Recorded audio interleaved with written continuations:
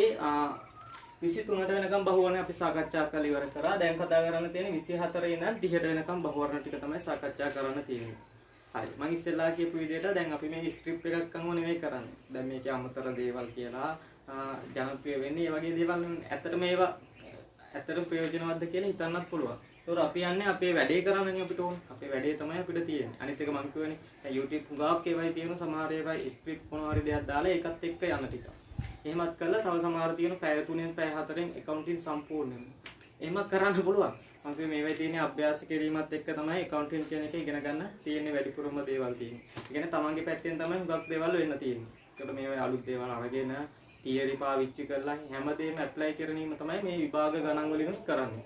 නිසා මේ ටික හොඳට අධ්‍යයනය කරන්නයි කියලා තමයි මට කියන්න තියෙන්නේ. මේකයි දැන් මේ 21 පේපරේ ලියන කට්ටිය 20 පේපරේ 19 පේපරේ හොඳටම අධ්‍යයනය කරන්න. නව සිලබස් එකෙන් එන පේපර් දෙකනේ 19 20.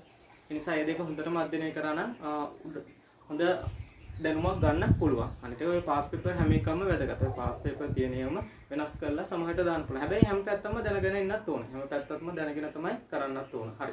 අපි යමු 24 ඉඳන් 30 වෙනි බහුවර්ණයට යනකම් සාකච්ඡා කිරීමට.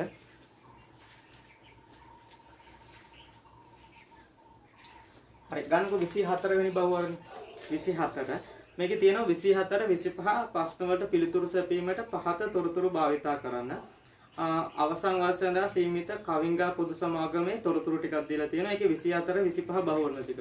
මේක අහලා තියෙන පාඩම කිව්වොත් දැන් අපි අර 23 වෙනි බහුවර්ණය කරා සමාගම් පාඩමේ. මේක අහලා තියෙන්නේ ගිණුම් කරන අනුපාත. මූලික ගිණුම් කරන්නේ අවසාන පාඩම ගිණුම් කරන අනුපාත පාඩමෙන් තමයි අහලා තියෙන්නේ. මතකනේ ගිණුම් කරන අනුපාත භාවිතා කරන්නේ සැසදීමක්. සමාගම් වල සැසදීමක් කරන තමයි කියන්නේ ආදායම් ප්‍රකාශය මූල තත්ත්ව ප්‍රකාශය හදලා සමාගම් අනුව වත්කම් වගකීම් වෙනස් වෙනවා. ඒතකොට ඒ ලාභය බලාගෙන අපිට කියන්න බෑ හොඳ සමාගම මොකක්ද ඒ සමාගමද B සමාගමද කියලා. ඒ නිසා මේ සැසදීමට තමයි ගිණුම් කරන අනුපාත කියන පාඩම තියෙන්නේ. ඒතකොට ඕකේ තියෙනවා ද්‍රවශීලතා අනුපාත තියෙනවා. ලාභදායීත්ව අනුපාත තියෙනවා. තෝලන අනුපාත තියෙනවා. ඒ වගේ අනුපාත වර්ග බෙදලා තියෙනවා. තෝල ක්‍රියාකාරී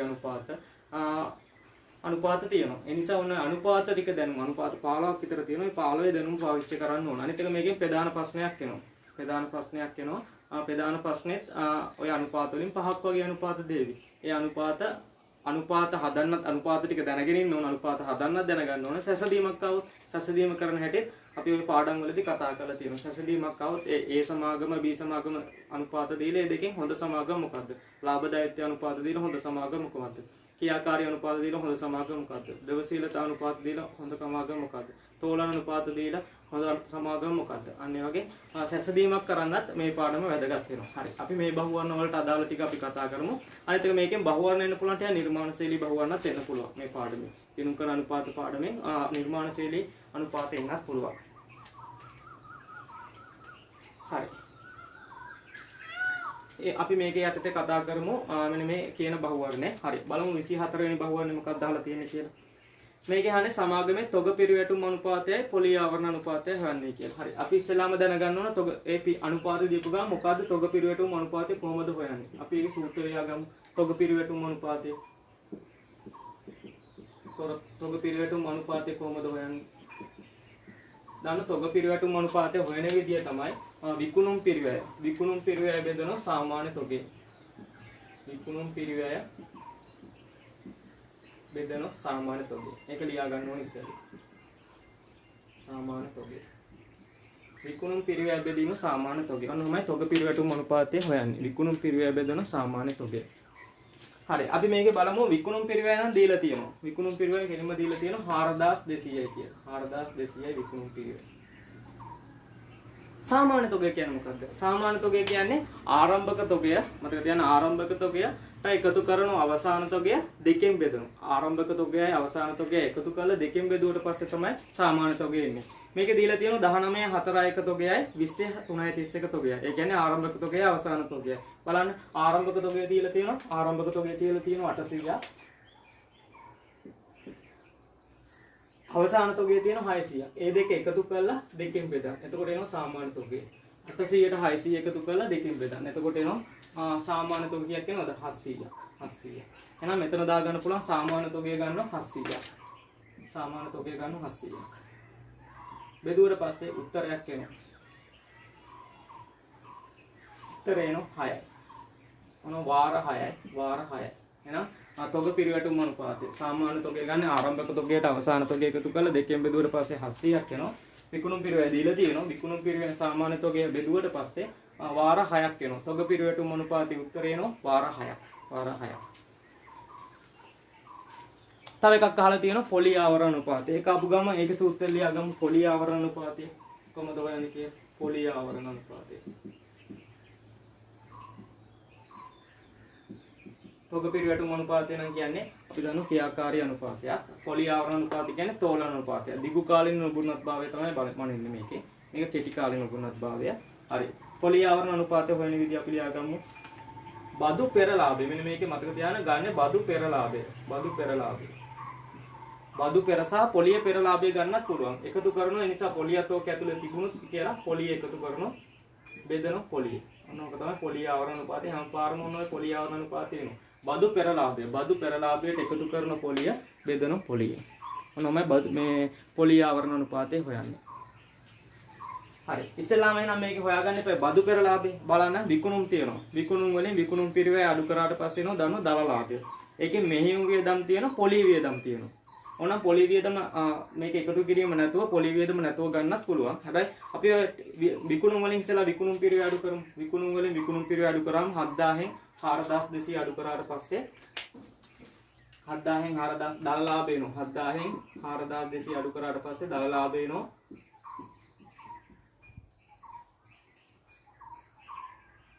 2800. එකෙන් වියදම් වර්ග දෙකක් තියෙනවා. මෙහෙයුම් වියදම්, පොලි වියදම්. මෙහෙයුම් වියදමයි පොලි වියදම එකතු කරාට පස්සේ 1200යි 320යි එකතු කරාම 1520ක්. ඒතර බදු වියදමත් අඩු කරනවද? බදු වියදම අඩු කරනවද? බදු වියදම අඩු කරන්න එපා. කොහොමද උන බදු පෙරලාභය. මේක පොලිය හර ගන්නත් පුළුවන් බදු පෙරලාභය. නිසා බදු වියදම ගන්න එපා. බදු පෙර එක තමයි ලාභය ඕන. එහෙනම් මේක අඩු කරාට පස්සේ බදු පෙරලාභය එනවා. 1280ක්. 12,80,000ක් වෙනවා බදු පෙරලාභය. ඒුවේ කොහොමද? විකුණුම් වලින් විකුණුම් පිරිය අඩු කරාම දල්ලාභය ආවා. දල්ලාභයෙන් වියදම් වර්ග දෙකක් තියෙනවා. මෙහෙම වියදමයි පොලි වියදමයි. එකතු කරාට පස්සේ එනවා මේ වියදමයි පොලි වියදම එකතු කරාම 1520. ඒක අඩු කරාට පස්සේ මේ ඉන්නේ බදු පෙරලාභය. බදු අඩු කරන්න කලින් ලාභය එනවා 1280ක්. ඒකට එකතු කරන්න පොලිය. පොලිය දීලා තියෙනවා 320යි. නැත්නම් මේකේ පොලිය අඩු කරන්න නැතුව ගණන් ගත්තත් ඒත් හරි. ඒ කියන්නේ පොලිය අඩු කරන්න නැතුව 320 පොලිය අඩු කරන්න නැතුව ඒ ගණන් ගත්තත් ඒත් හරි. ඒ කියන්නේ 960 ගත්තා නම් ඒත් හරි. බෙදනවා අවසානයේ පොලිය 320. පොලිය අඩු කරන්න කලින්. ඒ කියන්නේ පොලිය අඩු කරන්න කලින් 320ක් කියන්නේ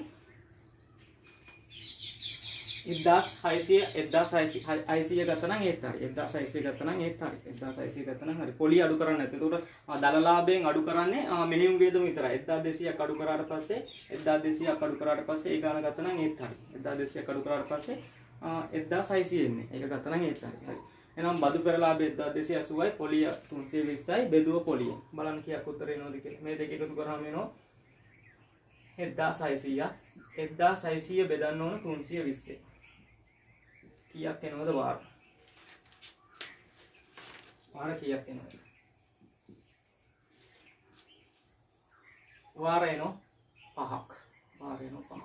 ඔන්නමයි පොලිය ආවරණ අනුපාතය කියලා. තොග පිරිවැටුම් අනුපාතය වාර 6ක්. පොලිය ආවරණ අනුපාතය වාර 5ක්.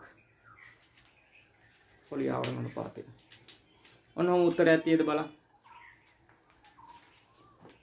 පොලි තොග පිරිවැටුම් අනුපාතය වාර 6යි. පොලිය ආවරණ අනුපාතය වාර 5යි. එහෙනම් ගන්න පුළුවන් උත්තරේ අංක 2. 24ට ගන්න පුළුවන් උත්තරේ අංක 2. 24ට ගන්න පුළුවන් උත්තරේ අංක 2. මේ අනුපාත පිළිබඳ පැහැදිලි අවබෝධයක් තියෙන්න ඕන. ක්‍රියාකාරී අනුපාත තව කිව්වොත් තොග පිරිවැටුම් අනුපාතය තියෙනවා. තොග රැඳවුම් කාලය තියෙනවා. ණයගැති පිරිවැටුම් අනුපාතය තියෙනවා. ණයගැති රැඳවුම් කාලය තියෙනවා. මේකත් එක්ක තෝලන අනුපාතය තියෙනවා. පොලි ආවරණ අනුපාතය, ණය අනුපාතය, ණය හිමිකම් අනුපාතය.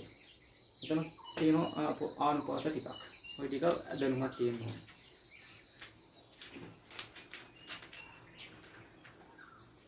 හරි අපි මේ දෙක හොයාගත්ත 24 වෙනි එක.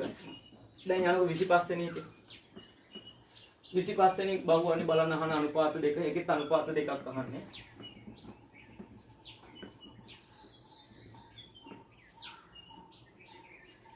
25 වෙනි එකේ අහන බහු අනුපාතයේ සමාගමේ හිමිකම් මත ප්‍රතිලාභ අනුපාතය සහ කොටසක ඉපයුම්. හිමිකම් මත ප්‍රතිලාභ අනුපාතය සහ කොටසක ඉපයුම් කියන අනුපාත දෙක තමයි අහන්නේ. හරි. අපි ඉස්සලාම හිමිකම් මත ප්‍රතිලාභ අනුපාතය යලයාගම්. හිමිකම් මත ප්‍රතිලාභ අනුපාතය.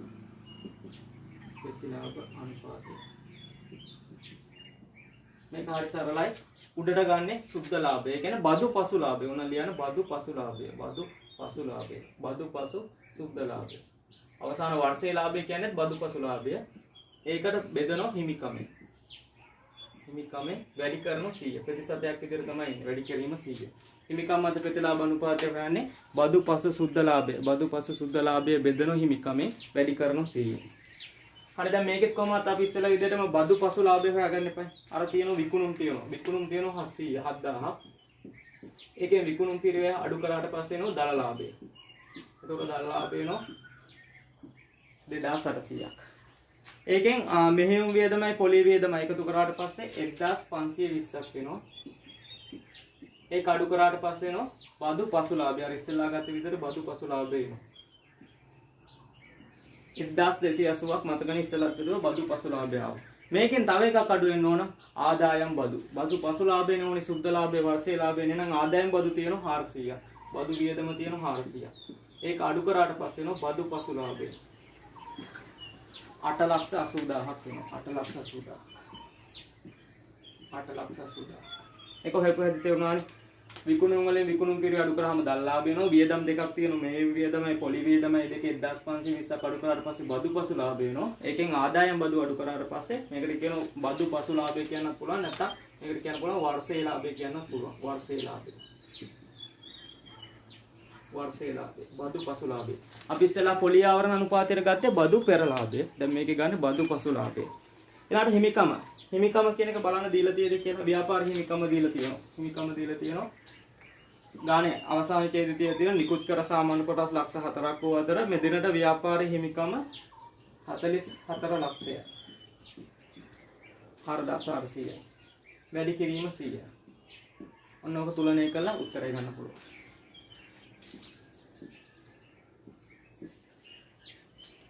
කීයක් එනවද උත්තරේ? 8,80,000 වැඩි කිරීම 100 බෙදීම ලක්ෂ 40. උත්තරය එනවා 120ක්. උත්තරය එනවා ප්‍රතිශතයක් කියන්නේ 120ක්. ඔන්න හිමිකම් මත ප්‍රතිලාභ අනුපාතය හොයාගත්තා. හිමිකම් මත ප්‍රතිලාභ අනුපාතය 120ක් එනවා. ඊළඟට හොයාගන්න තියෙන කොටසක ඉපයුම්. ඕකත් අපේ අලුත් අනුපාත ටිකක් තියෙන කොටසක ඉපයුම්.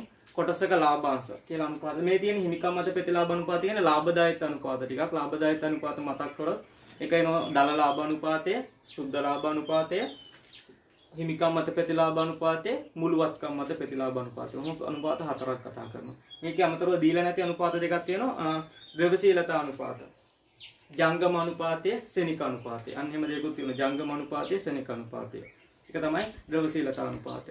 ඊළඟ ක්‍රියාකාරී අනුපාතය වල ඉස්සෙල්ලා කිව්වොත් තොග පිරිවැටුම් අනුපාතය, තොග රැඳුම් කාලය, ණයගැති පිරිවැටුම් අනුපාතය, ණයගැති රැඳුම් කාලය. ඊළඟ තෝලන අනුපාතය කිව්වොත් තියෙනවා පොලි ආවරණ අනුපාතය, ණය අනුපාතය, ණය හිමිකම් අනුපාතය. ඒ වගේම මේ කොටසක ඉපයුම් වගේ අනුපාත අලුත් දෙකක් තියෙනවා. ඔන්න කොටසක ඉපයුම් කියන එකයි කොටසක ලාභාංශය කියන අනුපාත දෙකක් තියෙනවා.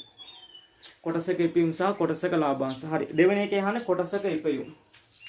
කොටසක ඉපයුම්. ඒක අපි සූත්‍රය ගමු. කොටසක ඉපයුම්. කොටසක ඉපයුම් කොටසක ලාභාංශ කියන්නේ දෙකක්. කොටසක ඉපයුම් කොටසක ලාභාංශ දෙක. කොටසක ලාභාංශ આવොත් උඩට ගන්න සුද්ධ ලාභය මේ උඩට කොටසක ලාභාංශ આવොත් ගෙවූ ලාභාංශ බෙදනවා සුද්ධ ලාභයෙන්. ගෙවූ ලාභාංශ බෙදනවා සාමාන්‍ය කොටස් ගණනේ. දැන් කොටසක ඉපයුම් ගන්නකොට ගන්න වර්ෂයේ ලාභය. උඩට ගන්න වර්ෂයේ ලාභය. බෙදනවා සාමාන්‍ය කොටස් ගණන. සාමාන්‍ය කොටස් ගණන. මේ අනුපාත දෙක වැඩිපුරම අහලා තියෙන 2019න් පස්සේ 2019 පේපරින් පස්සේ තමයි කොටසක ඉපයුම් සහ කොටසක ලාභාංශ අහලා තියෙන්නේ. හරි. ඒක ලියා ගන්න වර්ෂයේ ලාභය බෙදීම සාමාන්‍ය කොටස් ගණන. අපි වර්ෂයේ ලාභය උඩේකේ හොයාගත්තා. ඊයද 8,80,000යි. ඊළඟට බලන්න සාමාන්‍ය කොටස් ගණන. ගානේ බලන්න දීලා තියෙනවා. නිකුත් කළ සාමාන්‍ය කොටස් ගණන. සාමාන්‍ය කොටස් ගණන දීලා තියෙනවා රුපියල් ලක්ෂ 4යි. රුපියල් ලක්ෂ 4යි කියලා දීලා තියෙනවා. කොටස් ගණන කොටස් ලක්ෂ 4යි කියලා තියෙනවා. අපිට ඕන සාමාන්‍ය කොටස් ගණන ලක්ෂ 4යි කියලා දීලා තියෙනවා. දැන් ඔතනින් හොයාගන්න පුළුවන් කොටසක ඉපෙයුම්.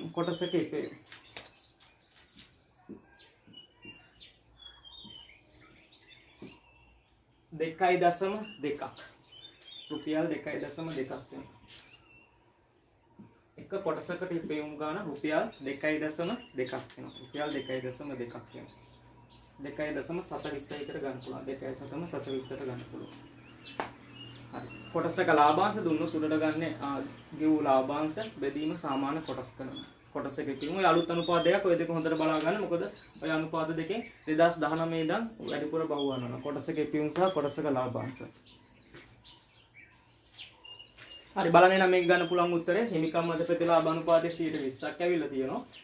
කොටසක ඉතින් ඇවිල්ලා තියෙනවා රුපියල් 2.20ක්. ගන්න පුළුවන් උත්තරේ කීයද? උත්තරේ 3. 25ට ගන්න පුළුවන් උත්තරේ 3. මේකේ මීට වඩා නිර්මාණශීලී ප්‍රශ්න එන්න පුළුවන්. අනුපාත වලින්. අනුපාත සියලුමකේම නිර්මාණශීලී ප්‍රශ්න අහන්න පුළුවන්.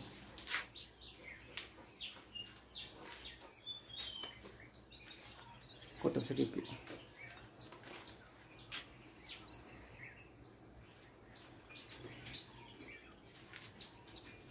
හරි 25 වෙනි බහුවනට මේ දක්වා කරපු මූල ගිණුම් කරන්නේ සියලුම පාඩම් වලින් තමයි ඔය කතා කරපු ටිකම තිබුණේ. මූල ගිණුම් කරන්නේ සියලුම පාඩම් ටිකෙන් ආව 25 වෙනි බහුවනට එනකම්.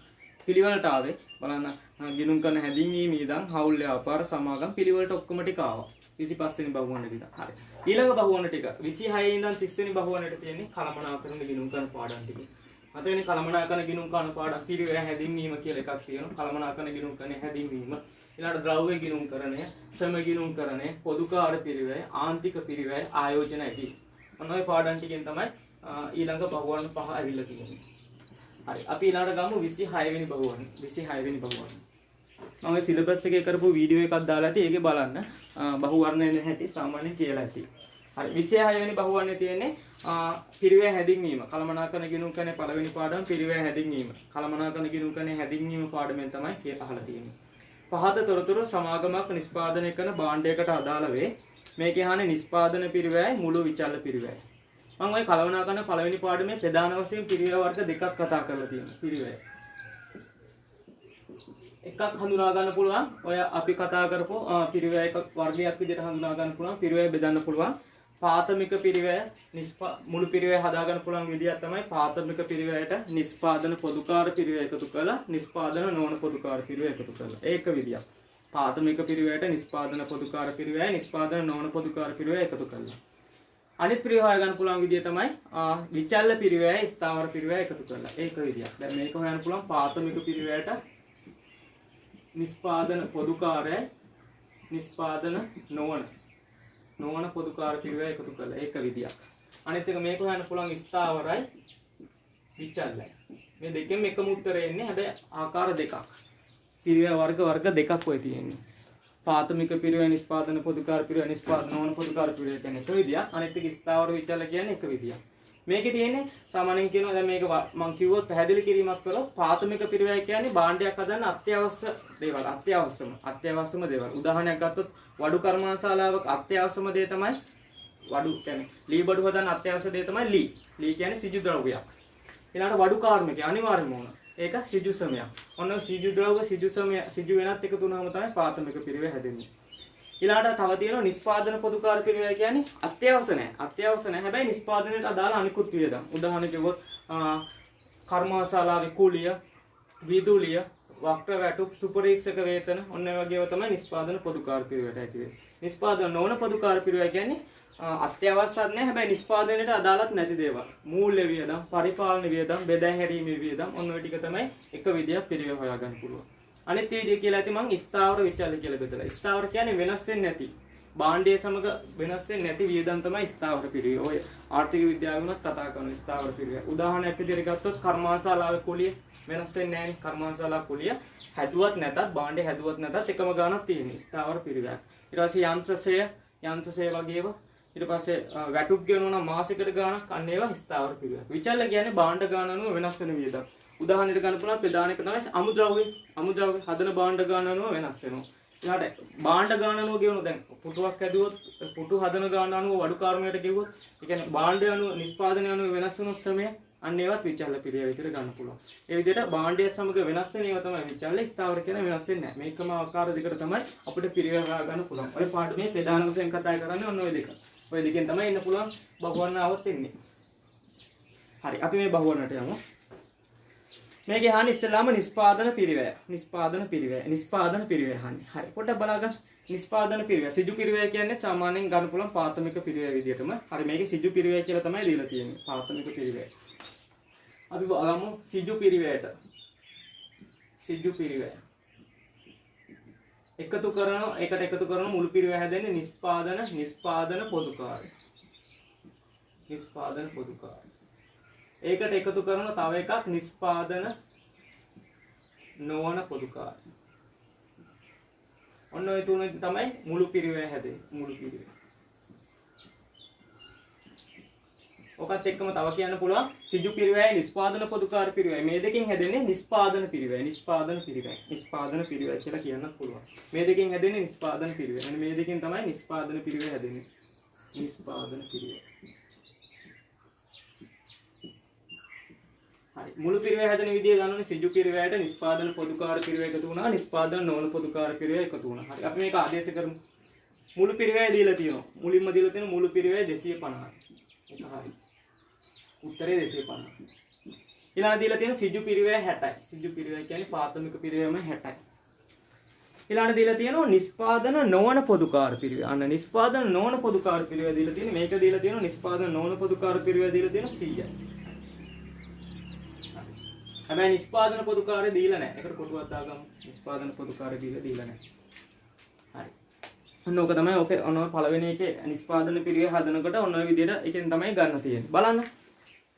අපි සාමාන්‍ය පළවෙනි එක අහන්නේ ප්‍රශ්නේ පළවෙනි එක අහන්නේ නිෂ්පාදන පිරිවැය. නිෂ්පාදන පිරිවැය කියන්නේ සිජු පිරිවැයයි නිෂ්පාදන පොදුකාර පිරිවැයයි දෙකේ එකතුව තමයි. හැබැයි නිෂ්පාදන පොදුකාර පිරිවැය දීලා නැහැ. හැබැයි මෙතන හොයාගන්න පුළුවන්. අඩු එක නිෂ්පාදන පොදුකාර පිරිවැය වෙනස බලන්න. 160යි කියන්නේ 160යි අඩුයි කියද්ද 90ක්. එහෙනම් ඒ 90 තමයි නිෂ්පාදන පොදුකාර පිරිවැය. නිෂ්පාදන පොදුකාර පිරිවැය. එහෙනම් මෙන්න මේ දෙක එකතු කරා නම් සිජු පිරිවැය නිෂ්පාදන පොදුකාර පිරිවැය එකතු කරා නම් එනවා නිෂ්පාදන පිරිවැය. 150. ඔන්න ඔකට තමයි නිෂ්පාදන පිරිවැය කියලා කියන්නේ. ඒ කියන්නේ භාණ්ඩ නිෂ්පාදනයට අදාළ ඒවා අත්‍යවශ්‍ය ඒවාට කියන සිජු පිරිවැය අත්‍යවශ්‍ය නැහැ. හැබැයි නිෂ්පාදනයට අදාළ වක්‍ර වේදම් වලට කියන නිෂ්පාදන පොදුකාර පිරිවැය. ඔය දෙකෙන් තමයි නිෂ්පාදන පිරිවැය හැදෙන්නේ. එහෙනම් නිෂ්පාදන පිරිවැය ගන්න පුළුවන් 150. ඔය නිෂ්පාදන පිරිවැයට නිෂ්පාදන නොවන. ඒ කියන්නේ නිෂ්පාදනයට අදාළ නැති අනිත් මං කියවල පරිපාලන වේදම් මේ එකතු වුණාට පස්සේ තමයි මුළු පිරිවැය හැදෙන්නේ. එහෙනම් ඔතනින් ගත්ත අපි නිෂ්පාදන පිරිවැය 150. පළවෙනි එක හරි. දෙවෙනි එක ඊළඟ වර්ගීකරණයෙන් අහන්නේ. මේකේ අහන්නේ ඒකකයක විචල්්‍ය පිරිවැය. විචල්්‍ය පිරිවැය කියන එක තමයි අහන්නේ. අපි බලාගෙන යමු මොනවද මේකේ තියෙන තවතොරතුරු කියලා. සියලුම සිජු පිරිවැය විචල්්‍ය පිරිවැය. අන්න විචල්්‍ය ඊළඟට ඕන අපිට විචල්්‍ය පිරිවැය කියන එක. විචල්්‍ය පිරිවැය තමයි හදාගන්න ඕන. ඊළඟට ඕන විචල්්‍ය පිරිවැය. විචල්්‍ය පිරිවැයට එන එක පළවෙනියටම දීලා තියෙනවා. සියලුම සිජු පිරිවැය විචල්්‍ය පිරිවැය. කොහොමද ඔය සිජු පිරිවැය කියනේම අමුද්‍රව්‍ය කියනේම සිජු පිරිවැය හැදෙන්නේ සිජු අමුද්‍රව්‍යයි සිජු සමයෙන්. ඕක සාමාන්‍ය භාණ්ඩ අණුව තමයි සමයත් ගෙවන්නේ. ද්‍රව්‍ය කියන එකත් භාණ්ඩ අණුව වෙනස් වෙනවනේ. එහෙනම් මුලින්ම කියන සිජු පිරිවැය විචල්්‍ය පිරිවැය. එහෙනම් ඒක දාගන්න පුළුවන්. සිජු පිරිවැය කියන එක විචල්්‍ය පිරිවැයකට අයිති වෙන එකක්. සිජු පිරිවැය කියලා තිබුණාද 60යි. ඒක විචල්්‍ය පිරිවැය. ඒක මුලින්ම කියලා තියෙනවා. තවද නිෂ්පාදන පොදුකාර පිරිවෙන් 150ක්. අන්න නිෂ්පාදන පොදුකාර පිරිවෙන් 150ක්. මේ තිබුණේ නිෂ්පාදන පොදුකාර පිරිවෙන් 90ක් තිබුණා නිෂ්පාදන පොදුකාර. ඒකෙන් 150කුත් අයිති වෙනවලු. 150ක් කියන්නේ කීයද භාගයක්නේ? 45ක්. 45ක්. එහෙනම් විචල්යකට එන තව එකක් ආව නිෂ්පාදන පොදුකාර පිරිවෙන්. ඒකෙන් 150ක් කියන භාගයක්. 90ක් තිබුණා භාගයක් කියන්නේ 45ක්. 45ක්. ඊළඟට තියෙන නිෂ්පාදන නොවන පොදුකාර පිරිවෙන් 125ක්. අන්න නිෂ්පාදන නොවන පොදුකාර පිරිවෙන් කියලා තිබුණා. මේක 100න් 125ක්. 100න් 125ක් බලන්න කීයද කියලා.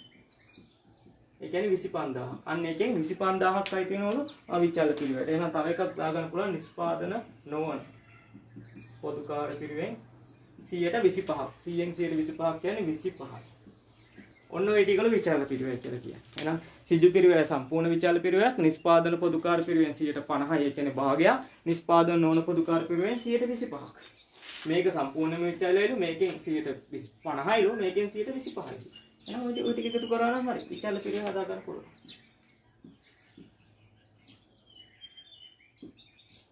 මේක තමයි විචල්‍ය පිරිය. විචල්‍ය 130 තමයි විචල්‍ය පිරිය. හරි සරල පිරිය හැඳින්වීමේ වර්ගීකරණ. මේ වර්ග දෙකක් මේ වර්ග දෙකක්. විචල්‍ය පිරිය. දැන් මේක මුළු පිරිවැය කරන්න නම් ස්ථාවර පිරිවැය ටික එකතු කරා නම් හරි. දැන් මේකේ මුළු පිරිවැය මේ වර්ගීකරණයෙන් ඕන. දැන් විචල්‍ය පිරිවැය විතරයිනේ තියෙන්නේ. ස්ථාවර පිරිවැය. ස්ථාවර පිරිවැය කියන්නේ මේ නිෂ්පාදන පොදුකාර පිරිවැයෙන් භාගයක් කියනනම් ස්ථාවරයි 45. නිෂ්පාදන ඕන පිරිවැයෙන් 75ක ස්ථාවරයි. 45 75 කියන්නේ 45 120. එහෙනම් 130ට අන්න ස්ථාවර පිරිවැය 120 එකතු වුණා නම් ඒත් මුළු පිරිවැය එනවා. ඒ හදන්න පුළුවන් ආකාරය. මම මේකට ඕන නම් විචල්‍ය පිරිවැය විතරයි. හැබැයි මේකෙන් මුළු පිරිවැය හොයන්න තුනොත් මේකට එකතු කරනවා ඊළඟට ස්ථාවර පිරිවැය. අරකින් භාගයක් කියන 45යි 75යි 120යි. ඔන්න ඒත් මුළු පිරිවැය හැදුණු බලන්න. ඒත් අර ගාන වෙනවා 250. මේ ගාන මේ 250 මේ. අන්න ආකෘතිය දෙකම. අපිට ඕන විචල්‍ය පිරිවැයයි නිෂ්පාදන පිරිවැය විතරයි. මේ තියෙන නිෂ්පාදන පිරිවැය උත්තර 150, විචල්‍ය පිරිවැය උත්තර 130. එහෙනම් ගන්න පුළුවන් උත්තරේ බලන්න උත්තරේ 5. 26ට ගන්න පුළුවන් උත්තරේ 5. ඔක මම පැහැදිලි කිරීමක්, කෙටි පැහැදිලි කිරීමක් කරේ. මේ හැම එකම කරන්නේ කෙටි පැහැදිලි කිරීමක්. කෙටි පැහැදිලි කිරීම. මොකද ඔයින් අපි ගණන් හදන ඕන තරම්. ගණන් හදලා තමයි හුරු වෙන්නේ. ප්‍රැක්ටිස් කරලා තමයි හුරු වෙන්නේ. නැතු එකපාර හුරු වෙන්නේ නැහැ. ගණන් 10ක් 15ක් හදලා තමයි හුරු වෙන්නේ. නිසා මම කෙටි පැහැදිලි කිරීමක් ඔය ගැන කරේ. හරි මේකත් මතක තියාගන්න පිරිවැය වර්ගීකරණය. මේ පිරිවැය හැදින්වීමෙන් තමයි මේ බහුවර්ණ ඇවිල්ලා තියෙන්නේ. හරි ඊළඟ අපි යම් 27 වෙනි බහුවර්ණ 27 වෙනි බහුවර්ණ.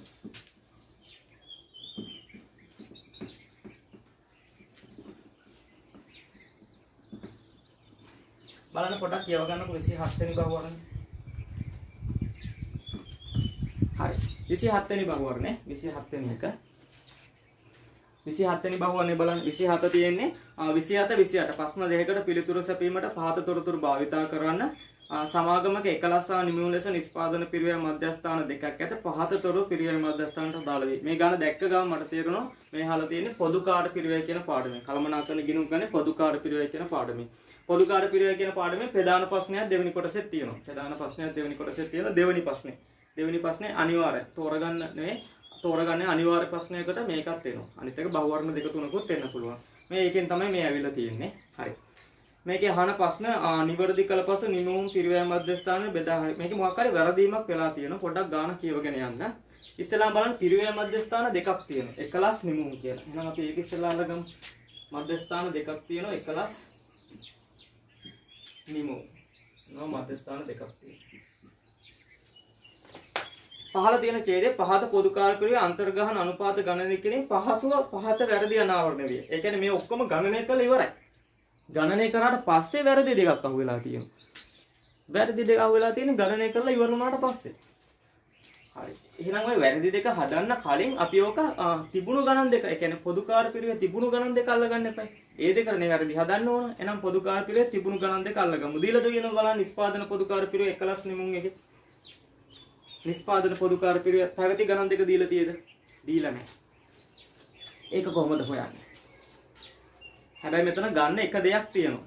අන්තර්ගහන අනුපාතයෙන් තමයි මේක පොඩ්ඩක් ගන්න තියෙන්නේ. අන්තර්ගහන අනුපාතය. මම කෙටියෙන් ලියනවා අන්තර්ගහන අනුපාතය. අන්තර්ගහන අනුපාතය. අන්තර්ගහන අනුපාතය හොයන හැටි මතක ඇති. ඒක හොයන්නේ අයවැයගත නිෂ්පාදන පොදුකාර පිරිවැය බෙදන අයවැයගත යන්ත්‍රපැය තිබුණොත් යන්ත්‍රපැය, ශ්‍රමපැය තිබුණොත් ශ්‍රමපැය. අයවැයගත යන්ත්‍රපැය හෝ ශ්‍රමපැය වලින් බෙදනවා. දැන් මේක කියපු විදිහට නම් මේක තියෙන විදිහට යන්ත්‍රපැය තමයි තියෙන්නේ. ඔක්කොම බෙදලා ඇත්තේ යන්ත්‍රපැය ගන්න. හරි. මම ඕන පොදු සූත්‍රයක් ලියනවා. අයවැයගත නිෂ්පාදන පොදුකාර පිරිවැය. ඒ කියන්නේ අර පොදුකාර පිරිවැය විශ්ලේෂණ පත්‍රිකාවෙන් එන උත්තරේ බෙදන අයවැයගත ශ්‍රමපැය. ශ්‍රමපැය. ඔන්න ඕකෙන් බෙදලා තමයි මේ උත්තරේ අරන් තියෙන්නේ. අයවැයගත නිෂ්පාදන පොදුකාර පිරිවැය අයවැයගත ශ්‍රමපැය. අපිට ඕන ඇත්තටම පැවති එකේ අයවැයගත නිෂ්පාදන පොදුකාර පිරිවැය. හරි ගමු. එකලස් එකේ අන්තර්ගහන අනුපාතය උත්තරේ දීලා තියෙනවා. උත්තරේ 7යි. හදලා උත්තරේ දිනනවා 7යි. අන්තර්ගහන අනුපාතය දීලා තියෙනවා. නිමුම් එකේ උත්තරේ දීලා තියෙනවා 9යි. උත්තරේ 9 තියෙනවා. ඊළඟට දීලා තියෙනවා අයවැයගත යන්ත්‍රපැය ගණන පල්ලෙහා තියෙන එක. යන්ත්‍රපැය ගණන මේකේ තියෙනවා 5000යි ඊළඟ එකේ තියෙනවා 4000. දැන් ඕකේ වරද හදන්න කලින් අපිට ඕන මෙන්න මේ දෙක. අයවැයගත නිෂ්පාදන පොදුකාර පිරිවැය දෙක නෝන එකලස් නිමු. ඔන්න ඔය දෙක තමයි අපිට ඕන උත්තර දෙක. ඔක අන්තර්ගහන අනුපාතයෙන් ගත්තේ. අන්තර්ගහන අනුපාතයේ උත්තරේ හොයලා දීලා තියෙනවා. ඒක හොයන්නේ උඩට ගන්න අයවැයගත නිෂ්පාදන පොදුකාර පිරිවැය අයවැයගත යන්ත්‍ර පැය ගණනින් තමයි බෙදන්නේ. අයවැයගත යන්ත්‍ර පැය ගණනින්. යන්ත්‍ර අනුපාත වෙන සූත්‍රයෙන් ගත්තා. ඒකේ උත්තරේ දීලා තියෙනවා යන්ත්‍ර පැය ගණනක් දෙකේම දීලා තියෙනවා. එහෙනම් උඩේක හොයා ගන්න පුළුවන් අයවැයගත නිෂ්පාදන පොදුකාර පිරිවැය. බලන්න මේකේ උඩට කීය දෙන්නේ 5000 7000න් වැඩි කරා නම් හරි. කීය දෙන්නේ? පළවෙනි එකට එන්නේ 35000යි. ඊළඟ බලන්න දෙවෙනි එකට එන්නේ 4009න් වැඩි කරා නම් හරි. කීය දෙන්නේ ඒකේ? 36000. හරි ඔන්න ඔය දෙක අල්ලගත්තා. ඔන්න පැවති නිෂ්පාදන පොදුකාර පිරිවැය. ඔන්න ඔය දෙක හදනකොට තමයි වරද වෙලා තියෙන්නේ. අන්න වරද හදන්න නම් ඔන්න ඔයක පැවති එක ගමු ඉස්සලා. පැවති පොදුකාර පිරිවැය. පැවති පොදුකාර. එකලස් එකේ පැවති එක තිබුණා 35000. මේ නිමුන් එකේ තිබුණා 36000. ඔන්න ඔය දෙක අරගෙන අන්න ඊට පස්සේ බලමු ඔකේ වරද බලන්න මොකද්ද වෙලා තියෙන්නේ වැරදි දෙක. ඔය දෙකෙන්නේ අපි ඔය දෙකන අපි නිවැරදි කරන්න ඕන. වැරදි දෙක බලමු. හරි පොදුකාර පිරිවැය අන්තර්ගහන අනුපාත ගණන දෙකේ පසුව පහත වැරදි අනාවරණය. පළවෙනි වරද බලන්න 14000ක අයවැයගත යන්ත්‍රසය මෙම ගණනය කිරීමේදී ඇතුළත් කර නොමැති බව. අන්න යන්ත්‍රසය කියන එක මේකට දාලා නෑලු. යන්ත්‍රසය බෙදලා නෑලු 14000. හරි මතකනේ පොදුකාර පිරිවැය විශ්ලේෂණ පත්‍රිකාව හදනකොට මොකක් හරි අනුපාතයක් අරන් තමයි අපි ඔක බෙදලා දැම්මේ. ඔක කියන යන්ත්‍රසය විදුලිය ඔය වගේ ඒවා දැන් මේ පොදුකාර පිරිවැය කියන ඒවා අපි දැන් එකලස් එකටද නිමුන් එකටද භාණ්ඩ ගානට කියන්න බෑනේ. දැන් විදුලිය ගත්තොත් A භාණ්ඩය හදන්න මෙච්චර ගියා. B භාණ්ඩය හදන්න මෙච්චර ගියා කියලා කියන්න බෑනේ. අන්න ඒ නිසා තමයි අපි පොදු අනුපාතයක් ගන්න මොකක් හරි කිලෝවොට් පැය හරි මොකක් හරි ගන්නවා. අරගෙන අනුපාතයකට තමයි බෙදලා දාන්නේ. හේතුව අරක සිජුවම කියන්න බෑ. A භාණ්ඩයට අදාළ ගාන කොච්චරද කියලා සිජුවම කියන්න බෑ. ඒ නිසා අපි පොදු අනුපාතයක් කරන් තමයි ওই විදිහට බෙදලා දැම්මේ. හරි. දැන් මේකේ බලන්න යන්ත්‍රසය. එහෙනම් පළවෙනි එක තියෙන යන්ත්‍රසය. ඒක වාර්තා කළා නැහැ. ඒක දාලා නැහැ කියලා තමයි කියන්නේ යන්ත්‍රසය. මුළු වටිනාකම තියෙනවා 14000ක්. 14000. ඔන්න ඕක තමයි මේ එකලස් නිමුන් එකට බෙදලා දාන්න ඕන. හරි. බලන්න යන්ත්‍රසය ගන්න පුළුවන් පදනමක් උතනින්. පදනම් දීලා තියෙන යන්ත්‍ර පැය වලින් පස්සේ කිලෝවොට් පැය තියෙනවා. යන්ත්‍ර පිරිවැය තියෙනවා. භූමි ප්‍රමාණය අනුව. ඔය තුنين වඩා ගැලපෙන්නේ මොකක්ද? කිලෝවොට් පැය ගැලපෙන්නේ නැහැ යන්ත්‍රසයට. භූමි ප්‍රමාණයත් ගැලපෙන්නේ නැහැ නේ. හැබැයි ගන්න පුළුවන් යන්ත්‍ර පිරිවැය. යන්ත්‍ර පිරිවැය කියන එකට ගන්න පුළුවන්. යන්ත්‍ර පිරිවැය තමයි අනුපාතයට ගන්න පුළුවන් එක තමයි යන්ත්‍ර පිරිවැය. යන්ත්‍ර පිරිවැය. මේක කෙටි අනුපාතයක් විතර ගන්න. යන්ත්‍ර පිරිවැය අනුපාතයක් විදිහට 160000 120000 තියෙන්නේ. කෙටි කරලා ගන්න පුළුවන් බිංදු ටික ඔක්කොම අයින් කරාම 16ට 12. ඒකත් කෙටි කරලා ගන්න පුළුවන් 4ට 3. 4ට 3. මොන අනුපාතයක් අපි අල්ලගත්ත 4ට 3. හරි බෙදලා දාන්න එක. 4යි 3යි කියන්නේ 7යි 14000 7ෙන් බෙදුවට පස්සේ 2000යි 2000 4ක් කියන්නේ 8000යි 2000 3ක් කියන්නේ 6000යි. ඔන්න ඒක බෙදුවා. යන්ත්‍රසේ බෙදුවා. ඒක බෙදුවනේ. හරි ඒක බෙදුවා. යන්ත්‍ර පිරිවැය කියන අනුපාතයට අරන් තමයි ගෙදුවේ. ඔන්න පළවෙනි වරද හැදුවා. ඒක වැටලා නැති නිසා පළවෙනි වරද හැදුවා. බලන්න දෙවෙනි වරද 10000ක් වූ අයවැයගත විදුලි ගාස්තුව කිලෝවොට් පැය වෙනුවට භූමි ප්‍රමාණය මත විභජනය කර ඇති බව. ඇත්තටම විදුලිය කියන එක සාමාන්‍ය බෙදන්න පුළුවන් හරිය දේ තමයි අනුපාතයක් විතර ගන්න පුළුවන් විභජන පදනම තමයි කිලෝවොට් පැය. හැබැයි මෙයාලා අරන් තියෙන්නේ භූමි ප්‍රමාණය. හරි. ඔක ඉස්සලාම ගමුකෝ විදුලිය තිබිච්ච ගාත විදුලිය 10000ක්. විදුලිය තිබුණු ගාන තමයි 10000ක්. මේක හරියට නම් බෙදෙන්න ඕන කිලෝවොට් පැය. හැබැයි බෙදලා තියෙන්නේ මොකටද?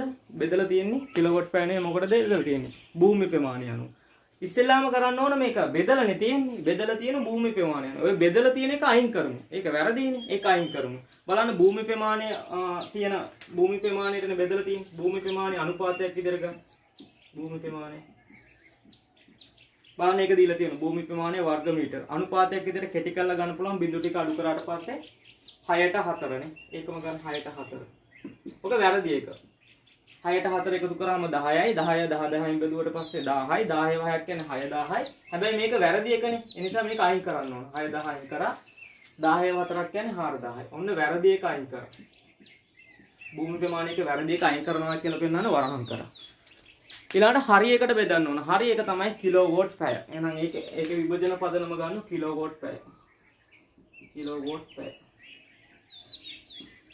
බලන්න කිලෝවෝට් පැය දීලා තියෙනවා. කිලෝවෝට් පැය ගණන 300යි 700යි. බිංදු ටික කපලා කෙටියෙන් අනුපාතයක් ගන්න පුළුවන් 3ට 7. 3ට 7 ගන්න පුළුවන් නේ. ඒක හරි එක. ඒක හරි එකට තමයි බෙදලා දාන්න ඕන. හරි එකට බෙදලා දැම්මොත් 3ට 7 කියන්නේ 10යි. 10 10න් බෙදුවම 1000යි. 10ව 3ක් කියන්නේ 3000යි. ඒක හරි. ඒක එකතු වෙන්න ඕන. හරි එකනේ 3000යි. 10ව 7ක් කියන්නේ 7000යි. තේරුණාද මේක කරපු දේ? අරක නම් වැටලා නැති නිසා අදාළ එක අනුපාත විභජන පදනටම බෙදුවා. මේක කරන්නේ වැරදියට දාපු එක. භූමි ප්‍රමාණයක ඒක බෙදලා ඒක අයින් කරපු එක. හරි එක. කිලෝවොට් පැය එකනේ හරි එක. ඒක හරියට බෙදලා දාපු එක. ඔන්න ඔක තමයි එතන කරන්නේ. හරි. දැන් පැවති පොදු කාර්ය පිරිවේ මේ ටික මේ වුණාට පස්සේ නිවැරදි එක එනවා. නිවැරදි එක එනවා. බලන්න ඉස්සලා මේ දෙකෙම නිවැරදි එක. බලන්න. හරි මේක එනවා එතකොට 40000. එකතු කරාට පස්සේ මේක එනවා බලන්න. මේක එනවා 45000. 45000. ඔය තමයි නිවැරදි. ඒ කියන්නේ හරියට බෙදුවා නම් එන ගාන නිවැරදි එක. නිවැරදි. අර අඩුපාඩු තියෙන වැරදි ඒවා හැදුවට පස්සේ නිවැරදි ටික තමයි මේ තියෙන්නේ. 40000යි 45000යි. හරි බලන්න එකෙන් අහන පළවෙනි ප්‍රශ්නේ. 27 ඉහත වැරදි නිවැරදි කළ පසු නිමුම් පිරිවෙන් බෙද ස්ථානයේ බෙදාහල මුළු පොදු කාර්ය පිරිවෙය කොමනද? හරි නිවැරදි කළ පසු මේක අහන්නේ එකලස් නෙවෙයි අහන්නේ නිමුම්. ඒ කියන්නේ මේ දෙවෙනි එක. එකලස් නෙවෙයි නිමුම් එක අහන්නේ. එකලස් එක නෙවෙයි නිමුම් එක අහන්නේ. ඒ කියන්නේ මේ දෙවෙනි එකේ නිවැරදි එක අහන්නේ. එහෙනම් ඒකට ගන්න පුළුවන් උත්තරේ කීයද? 45000යි. 45000යි. නිවැරදි එක ආව 45000යි. එහෙනම් බලන්න 27 වෙනි බහුවන්නේ. 27 වෙනි බහුවන්නේ උත්තරේ හරි එක 4. 45000 දින උත්තරේ තමයි. මේකේ අහන්නේ නිමුම් එක අහන්නේ 45000 අහන්නේ නිමුම් එකලස් නෙමෙයි දෙකක් නේ තියෙන්නේ එකලස් නිමුම් කියලා. නිමුම් එකේ නිවැරදි එක අහන්නේ. නිවැරදි එක 27 වෙනි බහුවනේ තියෙන්නේ 45000යි. හරි මම හිතනවා ඒක හරියි කියලා. ඒක ඉන්නේ 45000යි.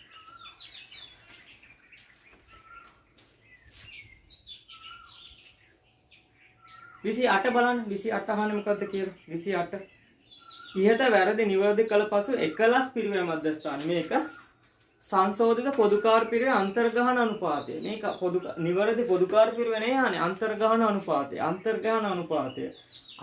අනුපාතය දන්නෝනේ ඒකේ අර නිවැරදි අයවැයගත පොදුකාර පිරිවෙන අන්තර්ගහන අනුපාතය කරන දෙකකින් බෙදන්න ඕන මොකකින්ද බෙදන්නේ එකලස් එකේනේ යන්නේ අයවැයගත යන්ත්‍ර පැය ගණන. බලන්න ඕකේ අයවැයගත යන්ත්‍ර ගණන තිබුණ ගානම තමයි. අයවැය යන්ත්‍ර ගණන 5000යි. 5000න් බෙදුවා නම් ඒකේ නිවැරදි පොදුකාර පිරිවේ අන්තර්ගහන අනුපාතය එනවා. කියන බලන්න එතන ගාන 8. අයවැයගත යන්ත්‍ර ගණනෙන් බෙදලා ගන්න පුළුවන් උත්තරේ 8යි. අයවැයගත පොදුකාර පිරිවේ අන්තර්ගහන අනුපාතය. මේ නිවැරදි අන්තර්ගහන අනුපාතය. නිවැරදි අන්තර්ගහන අනුපාතය තමයි මේ හිව්වේ. එතකොට එනේ උත්තරේ 8යි.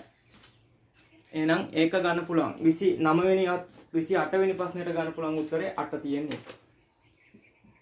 බලන්න 27 වෙනි එකේ ඇහුවේ අනිවිමුම් මධ්‍යස්ථානයේ නිවැරදි පොදුකාර පිරිවේ අන්තර්ගහන පොදුකාර පිරිවේ ඊළඟ එකේ ඇහුවේ එකලස් එකේ නිවැරදි පොදුකාර පිරිවේ අන්තර්ගහන අනුපාතය. නිවැරදි පොදුකාර පිරිවේ 40000යි යන්ත්‍ර පැය ගණනේ බෙදන්න එපා අනුපාතයෙන් 5000න් බෙදුවම ගන්න පුළුවන් උත්තරේ 8යි. එහෙනම් 28 වෙනි බහුවණයට උත්තරේ අංක 1. අංක 1. මම හිතනවා මේක තේරෙන්නේ නැති කියලා. ඉස්සෙල්ලා මේකෙන් ගත්තා අන්තර්ගහන අනුපාතයේ දීපු උත්තර වලින් ගත්තා පැවති වැරදිලා තිබිච්ච එක අර නිවැරදි කරන්න කලින් අන්තර් නිෂ්පාදන පොදුකාර පිරිවැය ඒ දෙක ගත්ත 35000යි 36000යි. ඒකේ වරදක් දෙකක් තිබුණා යන්ත්‍රසේ දාලා නැහැ හරි අනුපාතයට බෙදුවා. විදුලිය කෙනෙක්ගේ වැරදි අනුපාතය දාලා තියෙන එක අයින් කළා හරියකට බෙදුවා නිවැරදි එක ආවා. එකකින් එක ප්‍රශ්නයක් අහලා තිබුණා ඊළඟ එකේ කියන්නේ එකලස් එකේ නිවැරදි අන්තර්ගහන අනුපාතය. අයවැයගත පොදුකාර පිරිවේ යන්ත්‍ර පැය ගණනින් බෙදුවා නම් අන්තර්ගහන අනුපාතය එනවා නිවැරදි එක 8.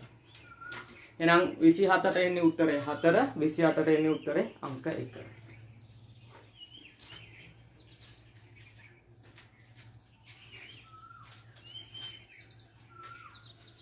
මම හිතනවා ඒක හරි කියලා. ඕක අහලා තියෙන පොදුකාර පිරිවේ කියන පාඩම. පොදුකාර පිරිවේ කියන මතකනේ. ඒකේ තියෙනවා ඉස්සෙල්ලාම තියෙන පොදුකාර පිරිවේ කියන එක කියන්නේ මොනවද? ඔය විදුලිය, කුලිය වගේ ඒවා හරියට බෙදා ගන්න බැරි තියෙන ඒවා තමයි පොදුකාර පිරිවේ. ඒක අපි කරා ප්‍රාථමික විභජනය කියලා පැහැදිලිව හඳුනාගත හැකි බෙදුවා. ඊළඟට ද්විතීයික විභජනය කියලා අනුපාතයක් අරන් පොදු අනුපාතයක් අරන් බෙදුවා. ඊළඟට එකෙත් තිබුණු සේවා ගබඩා වගේ සේවාවක තිබුණොත් ඒවා නැවත විභජනය කරා. ඊළඟට අපි එකෙන් හෙව්වා පොදුකාර පිරිවේ අන්තර්ගහන අනුපාත අයවැයගත පොදුකාර පිරිවේ බෙදලා අයවැයගත මොකක් හරි ක්‍රියාකාරී දේ යන්ත්‍රපය හරි සමපය හරි ඊළඟට නිෂ්පාදන පිරිවේ හෙව්වා. ප්‍රාථමික පිරිවයට එකතු කරා නිෂ්පාදන පොදුකාර පිරිවේ සත්‍ය පැය ගණනින් වැඩි කරලා. ඔන්න ඕක තමයි පාඩමේ තියෙන්නේ. හරි ඔන්න ඕකෙන් කතා කරේ.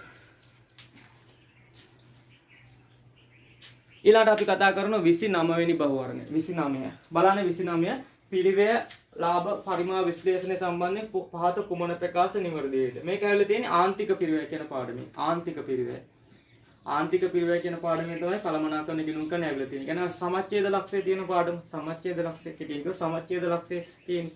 ඔයකේ යටතේ අර මේකේ පිරිවේ වර්ගීකරණයේ ප්‍රධාන එක තමයි පිරිවේ කොටස් දෙක ස්ථාවර පිරිවේ විචල්්‍ය පිරිවේ බෙදීම. ස්ථාවර පිරිවේ කියන්නේ වෙනස් වෙන්නේ නැති විචල්්‍ය පිරිවේ.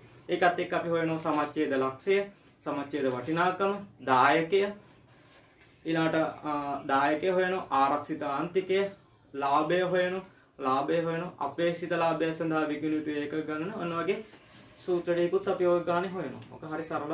ඕකෙන් ප්‍රධාන ප්‍රශ්නයකුත් දෙවෙනි කොටසෙත් එනවා. හරි. මේකේ අහලා තියෙන තියරි එකකින් අහලා තියෙන්නේ පිරිවේ ලාභ විශ්ලේෂණ සම්බන්ධයෙන් පහත කුමන ප්‍රකාශ නිවැරදිද? එක් අවස්ථාවට අදාළ අනිකුත් සාධක ස්ථාවර පවතියේ උපකල්පනය කරනවා. මේවා මොකක්ද අහන හරි එක. නිවැරදි එක අහන්නේ A B C D කියලා තියෙනවනේ. ඒකෙන් නිවැරදි එක අහන්න. පළවෙනි එක ඒකකයක දායකයේ අඩුවීම සමච්ඡේද ලක්ෂය ඒක ගණන අඩුවීමට හේතු වෙයි. මේක හිතා ගන්න පුළුවන්ද?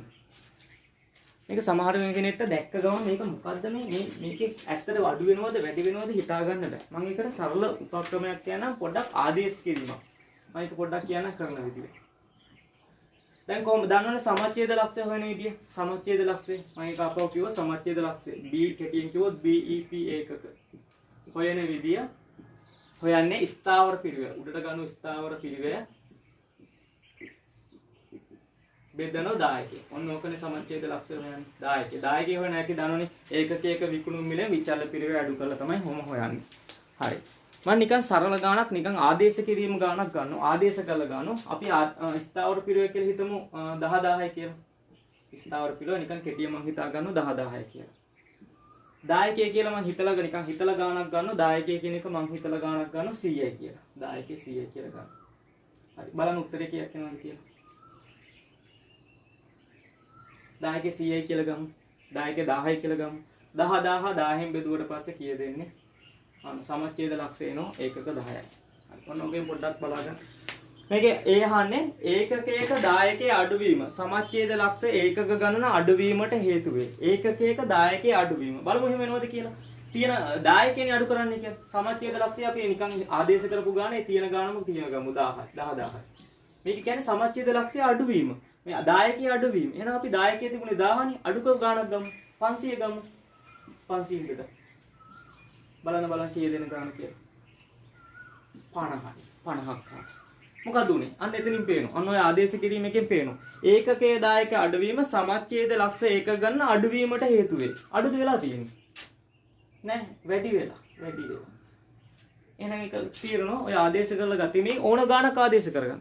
තමන්ට හිතන ගාන, ලේසියෙන් බෙදෙන ගානක් ආදේශ කරනවා. 1000 වුණා 100 ආදේශ කරලා නිකන් බලනකොට පේනවා දායකයේ අඩු වුණා කියන්නේ කියන්නේ පල්ලෙහායක අඩු වුණා කියන්නේ සමච්ඡේද ලක්ෂය වැඩි වෙනවා. සමච්ඡේද ලක්ෂය වැඩි වෙලා තියෙනවා. එහෙනම් මේ උත්තරේ ගන්න බෑ. ඒ කියන්නේ ඒ කියන එක වැරදි කියලා එතනම අපිට පැහැදිලි වෙනවා. මෙතනින්ම පැහැදිලි වෙනවා. අපි මේ ආදේශ කරපු එකෙන්ම පැහැදිලි වෙනවා. එහෙනම් ඒක ගන්න බෑ. මෙතන එක තේරුණා කියලා. ඒ වගේ ආදේශ කරලා ගත්තනම් හිතා ගන්න පුළුවන්. නැත්තම් මේක දැක්ක ගමන් එකපාර ගහන්න යන්න එපා. එකපාර වරදින්නත් පුළුවන් සම්භාවිත. නිකන් ආදේශ කරලා බලන්න මේ දේ වෙනවද නැද්ද කියලා. 2. දායක විකුණුම් අනුපාතයේ වැඩි වීම සමච්ඡේද ලක්ෂ වටිනාකම අඩු වීමට හේතු වේ. ඔකත් අපි ආදේශ කරමු.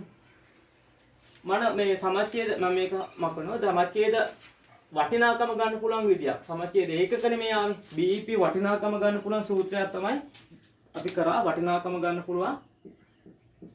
ස්ථාවර පිරිවැය බෙදන දායක විකුණුම් අනුපාතය. දායක විකුණුම්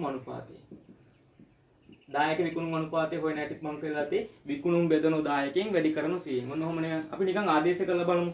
ස්ථාවර පිරිවැය තියෙනවා 1000ක්. ස්ථාවර පිරිය හිතමු 10000ම තියෙන ගාන 10000ම කියමු. 10ක විකුණුම් අනුපාතය ප්‍රතිශතයක් නෙන්නේ. ප්‍රතිශතයක් විතර කියමු අපි 100ට 5ක් තියෙනවා කියලා. නෑ 150ක් තියෙනවා කියමු. 150 100න් බෙදුවට පස්සේ එන්නේ 150ක් තියෙනවා කියන්නේ 0.5. හරි. 10ක විකුණුම් අනුපාතය. එතකොට බලන්න කීය දෙන්නේ කියලා. මෙතන නෝ ලක්ෂ දෙකක් නේ. ලක්ෂ දෙකක් කියන්නේ. බෙදලා බැලුවට පස්සේ නිකන් ලක්ෂ දෙකක් වෙනවා. ඔන්න ආදේශ කරපු එක තමයි මේ තියෙන්නේ.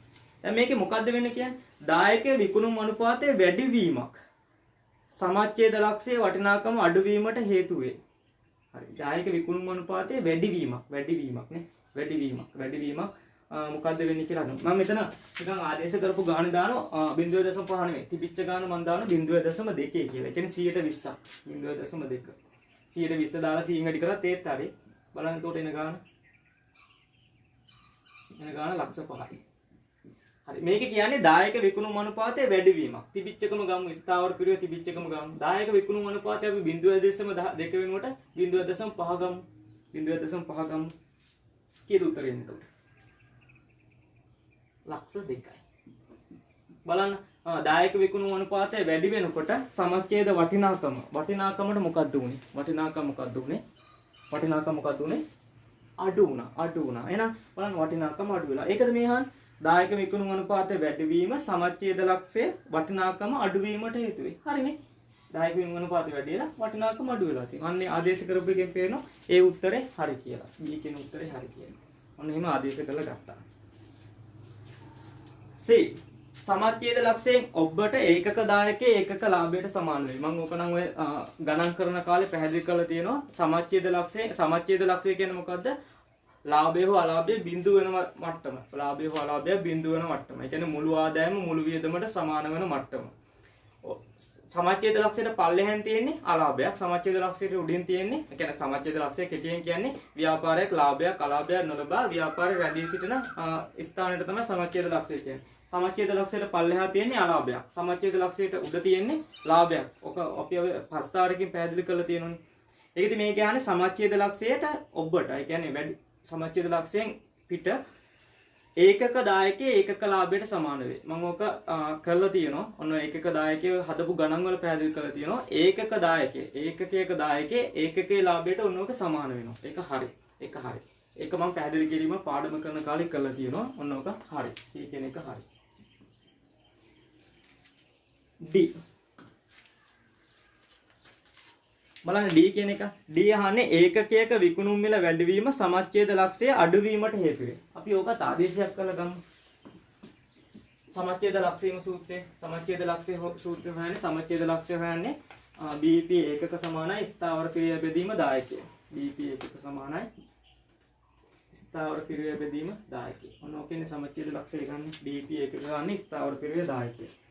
අපි නිකන් හිතලා ආදේශ කරන් ගමු. අර තිබුණු ගානම ගමු. ස්ථාවර පිරිය තිබුණු ගාන 10 කියලා හිතමු. 10ක වෙන හැටි මතකයිනේ. 10ක හොයන්නේ විකුණුම් මිලෙන් විචල්්‍ය පිරිය අඩු කරලා. විකුණුම් මිලෙන් විචල්්‍ය පිරිය අඩු කරලා. අපි හිතමු විකුණුම් මිල දිනනවා කියලා 2000ක්. විචල්්‍ය පිරිය දිනනවා කියලා 1000ක් අඩු කරලා ගන්න. අඩු කරලා බෙදලා බලන්න. 1000ෙන් බෙදන්න තියෙන්නේ. ඒත් වෙන්නේ 10යි. හරි. මේ ගානේ වෙච්ච දේ බලන්න. මේ අපි මං හිතලා ඕන ගාන මේවට ආදේශ කරන්න පුළුවන්. ආදේශ කරලා ගන්න. මේ ගානේ වෙච්ච දේ බලන්න. ඒකකයක විකුණුම් මිල වැඩිවීම. හරි. ඒකකයේ විකුණුම් මිල තමයි වැඩි කරන්නේ. කියන්නේ එහෙනම් ස්ථාවර පිරිය තිබිච්ච ගානම ගමු 10000යි.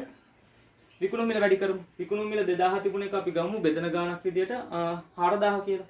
ඒක වැඩි වුණා. විකුණුම් මිල වැඩි කරා මේ. විකුණුම් මිල තමයි වැඩි කරේ. අනිත් ඒවා මේ විදිහමයි. විචල්්‍ය පිරිය 1000යි. 4000 නෙවෙයි.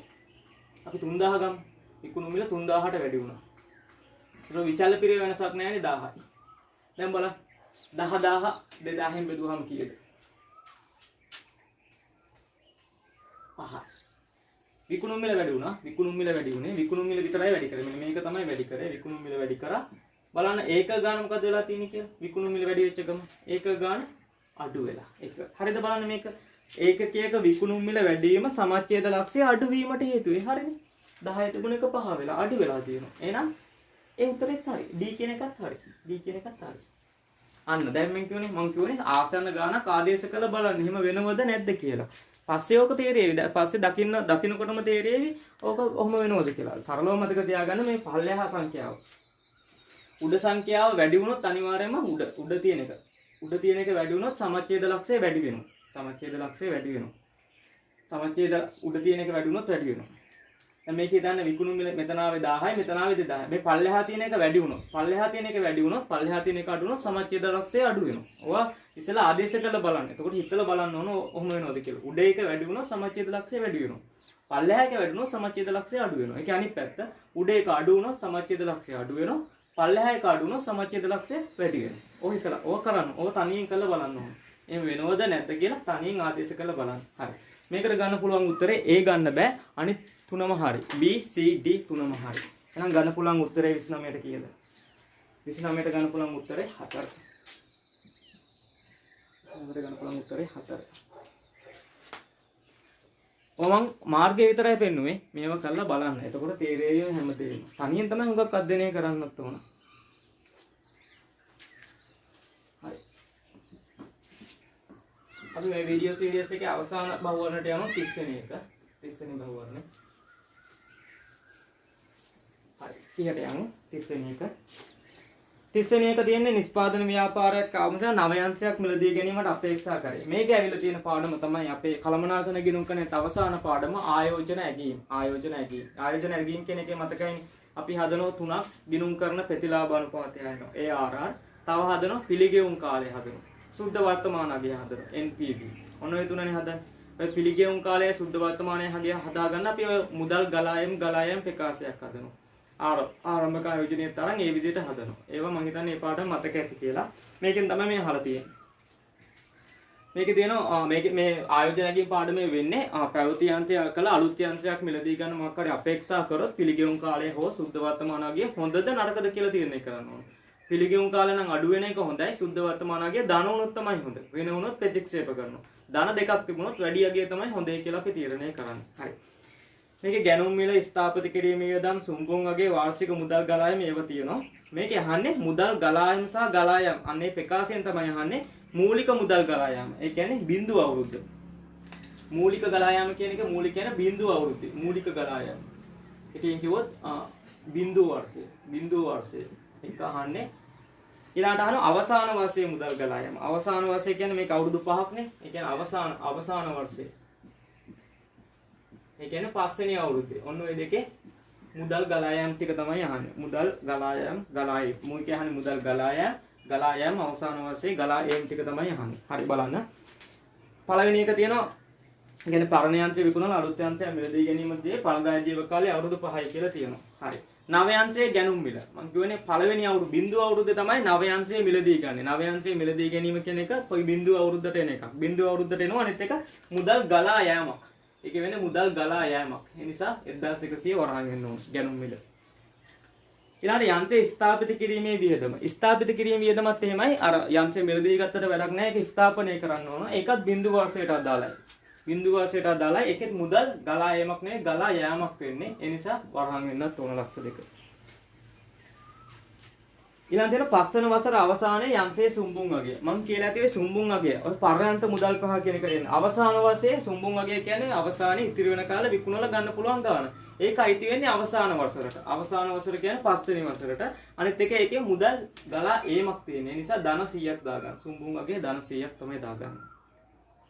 වාර්ෂික මුදල් ගලායම් කියන්නේ හැම අවුරුද්දෙම එකේ ඉඳන් 5ට එනකම් මුදල් ගලායම් 1 2 3 4 5 අපිට 1 2 3 4 හොයන්න කියලා නෑනේ. හැබැයි 5ටත් ඕක වෙනවා. පස්වෙනි වර්ෂයේ මුදල් ගලා ඒමක් තියෙනවා. ඒකටත් එකතු වෙනවා 335ක්. 335. හරි. ඊළඟට තියෙන ව්‍යාපෘතිය ආරම්භයේදී අවශ්‍ය කාරක ප්‍රාග්ධන 150ක් වන අතර ඒ ව්‍යාපෘතිය අවසානයේ අය කරගත හැකියි. කාරක ප්‍රාග්ධන යෙදීම ආරම්භයේම බිඳුව වශයෙන්දී මම කිව්වා කාරක ප්‍රාග්ධන යෙදීමක් තියෙනවා. ඒ කාරක ප්‍රාග්ධන යෙදීම බිඳුව අවුරුද්දට එනවා. බිඳුව අවුරුද්දට එනවා. හැබැයි ගලා යෑමක් වෙන්නේ. අවසාන වර්ෂයක ආවරණය කරනවා. කියන්නේ පස්වෙනි වර්ෂයේ ආපහු එක ලැබෙනවා. එහෙනම් පස්වෙනි වර්ෂයට 150 එකතු වෙනවා. මම සරලව කිව්වොත් මේකයි. මූලික මුදල් ගලා යෑම බිඳුව වසරට එනේව තමයි ඉස්ලාම පැවති යන්ත්‍රය විකුණනවා විකුණුම් වටිනාකම. මේක මුදල් ගලා යනවා. නව යන්ත්‍රයක් ගැනුම් මිල ඒකත් එක්ක ගෙනීමේ කුල ස්ථාපිත කිරීමේ වියදම් තියෙනවා. ඒවත් එකතු වෙනවා. තව එකක් ආරම්භයේ කාරක ප්‍රාග්ධනය යොදනවා. අන්නේ ආරම්භක කාරක ප්‍රාග්ධනයේදීමත් බිඳුව අවුරුද්දට එනවා. අවසාන වසරට අනිවාර්යයෙන්ම එන දෙකක් තමයි සුම්බුන් වගේ. සුම්බුන් වගේ එනවා. අනිත් එක ඔය ආරම්භයේ යොදන කාරක ප්‍රාග්ධන ආපසු ලැබීම. අන්න ඒකත් අවසාන වසරට එනවා. ඊළඟට ඒව තමයි පර්යන්ත මුදල් පහ කියලා තේ දෙක කියනවා. ඊළඟට හැම අවුරුද්දම එකේ ඉඳන් පස්සට හැම අවුරුද්දටම මුදල් ගලා යෑම වලට එන්නේ විකුණුම් වල වැඩිවීමක් වුණොත් හැම අවුරුද්දම ගලා යෑමක් විදිහට දානවා. මෙහෙයුම් වේදම් වැඩිවීමක් වුණොත් ගලා යෑමක් විදිහට යනවා. මෙහෙයුම් වේදම් වල ඉතිරියක් වුණොත් හැම අවුරුද්දම ගලා ඒමක් විදිහට දානවා. ඔන්න වගේ දේවල් තමයි එකේ ඉඳන් පස්වෙනි අවුරුද්දට යන්නේ. හරි. මෙන්න මේ ටික එකතු කරාම බිඳුව වර්ෂයේ මුදල් ගලා යෑම වෙනවා. 14,50,000යි.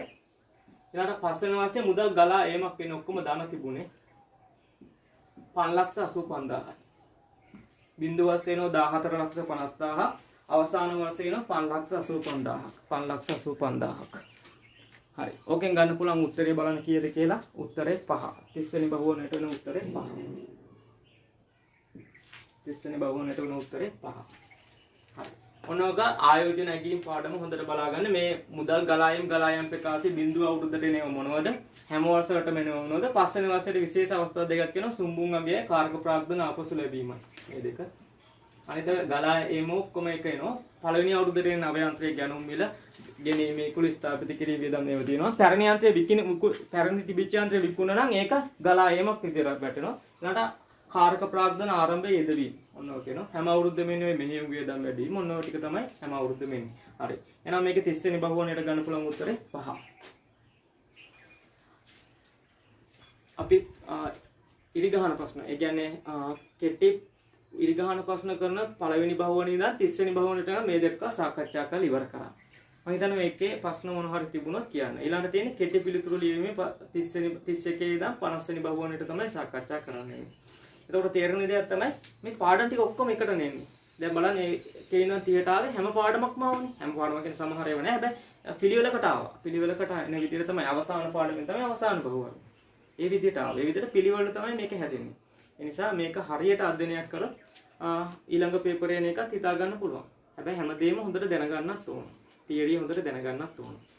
හරි. මේ වීඩියෝ සීරීස් එකේ ප්‍රධාන වශයෙන් දෙය කරන දේ තමයි කිසිම ප්‍රොමෝට් වීමක් කිසිම එහෙම දෙයක් නෑ. මේක වැදගත් වෙන්නේ මේවා කරන කට්ටියට. ඒ කියන්නේ විභාග කරන කට්ටියට අත්‍යවශ්‍ය කට්ටියට නැත්නම් කිසිම මේ පන්ති හදාගන්න ප්‍රොමෝට් වීමක් එහෙම දෙයක් අදහසක්වත් නෑ. ස්ක්‍රිප්ට් එකක්වත් නෑ. දැන් මේක සාමාන්‍ය විදිහට යන්නේ. සාමාන්‍ය විදිහට පාඩමක් විදිහට තමයි යන්නේ. කිසිම සූදානම් වීමක් අනවශ්‍ය දේවල් කීමක් අර විහිළු ජෝක් ඔය මොකුත් ඒව නෑ.